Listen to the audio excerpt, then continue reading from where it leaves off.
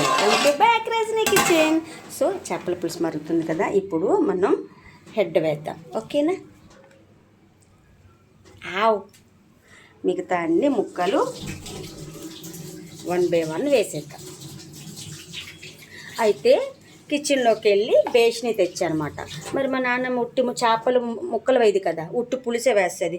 మరి కింద ఒలిగిపోద్దని నేను బేషని తెచ్చాను ఫ్రెండ్. అప్పుడు మా అమ్మ నాన్న అందరు నవ్వారు. అంటే తెలియదు కదా, చిన్నదాన్ని అప్పుడు, చిన్న జాకెట్టు చిన్న లంగా వేసుకునేదాన్ని.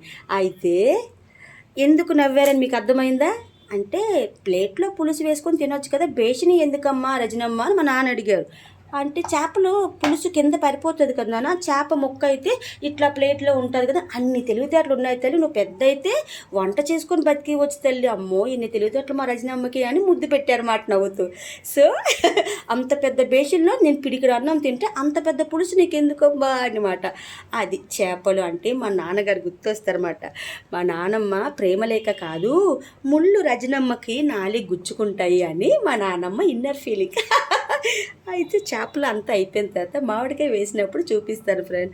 మా నాన్న చిద్దగొట్టేస్తావు తల్లి, నువ్వు వంట చిద్దగొట్టేస్తావు తల్లి, రారాజమ్మ నువ్వు, రజనీ అంటేనే రారాజు. సో నీకు వచ్చిన భర్త ఎవరో కానీ వాడు చాలా అదృష్టవంతుడమ్మా అని మా నాన్న చెప్తుంటారు. సో అందరూ బాగుండాలి, అందరూ రజనీ ఉండాలి. అమ్మ నాన్న ఆవకాయ వేడి వేడి చేపలు మామిడికాయ పులుసు ఒకటి. బాయ్ ఫ్రెండ్, నెక్స్ట్ వీడియోకి వెళ్ళిపోతాం, టైం లేదు. ఇంకా చాలా చేపల ముక్కలు ఉన్నాయి, వేసేద్దాం. ఇది మనం వేస్తున్నాం కదా, ఇంకా ఏమి కలపొద్దు.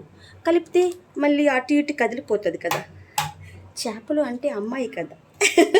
సో అందుకని జస్ట్ ఇట్లా ఇట్లా అనాలన్నమాట. ఎట్లా అనాలి?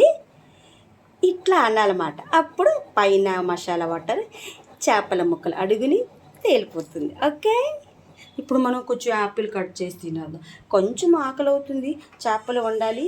చేపలు ఫస్ట్ ఎందుకు వండుతారంటే దీపం పెట్టినప్పుడు చేపలు నీసి అంతా ముట్టుకోవడం ఎందుకని ముందు చేపలు వండిన తర్వాత స్నానం చేసి వెల్కమ్ టు బ్యాక్ బాబా గారి పూజా మందిరం.